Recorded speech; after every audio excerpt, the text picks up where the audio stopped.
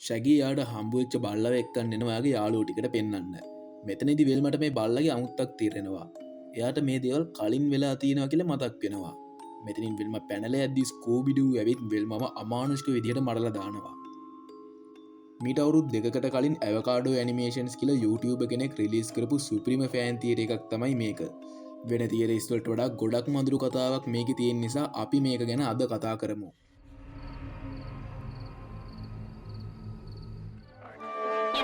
I never really thought of it before, but why can Scooby talk?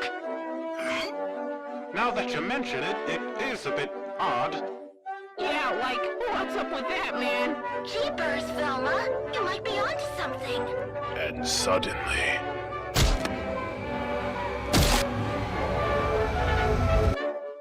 කතාව පටන්ගන්න වෙල්ම series එක animation style එකෙන් ශැගී එක්කන්නපු බල්ලගේ කරපටේ දැක්කා විල්මට flash බෙක්ස් කිහිපයක්ම මතක් කෙනවා.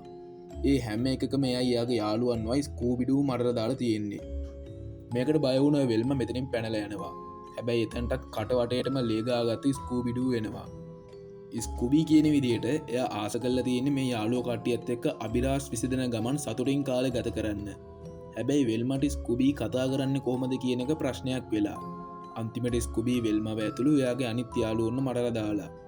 ඊට පස්ස ස්කුබී ආයමත් එයාගේ බලයන් පාවිච්චි කරලා එයාගේ යාලුවන් වයි මුළු යුනිවර්ස් එකමයි හදල තියෙනවා. හැබැයි හැම යුනිවර්ස් එකකතිම වෙල්මට ස්කුබී කතා කරන්න කොහොමද කියන ප්‍රශ්නයයි එයාලා මරලදාපු සිද්ධියයි මතක් වෙලා.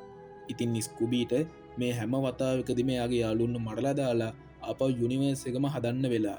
හැබැයි මේ පාරත් වෙල්මට ඔයි සිද්ධිය මතක් පිච්ච නිසා ස්කුබීට මේ පාරත්‍යාව මරන්න වෙනවා කියලා එයාවත් මරල දානවා.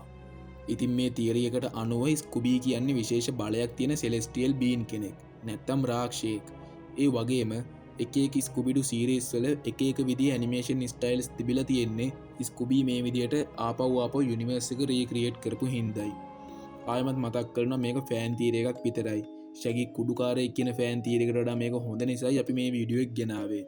වා තාමත් අපේ චැනල් එක සබස්ක්‍රයිබ් කරලා නැත්නම් දැම්ම අපේ චැනල් එක සබස්ක්‍රයිබ් කරන්න. එතකොට ඔයාලට එක දිගට මේ වගේ මූවීස් ටීවී සීරීස් බලා ගන්න පුළුවන්. ඉතින් අද වීඩියෝ එක හොඳයි කියලා හිතනවා නම් ලයික් එකකුත් දාන්න.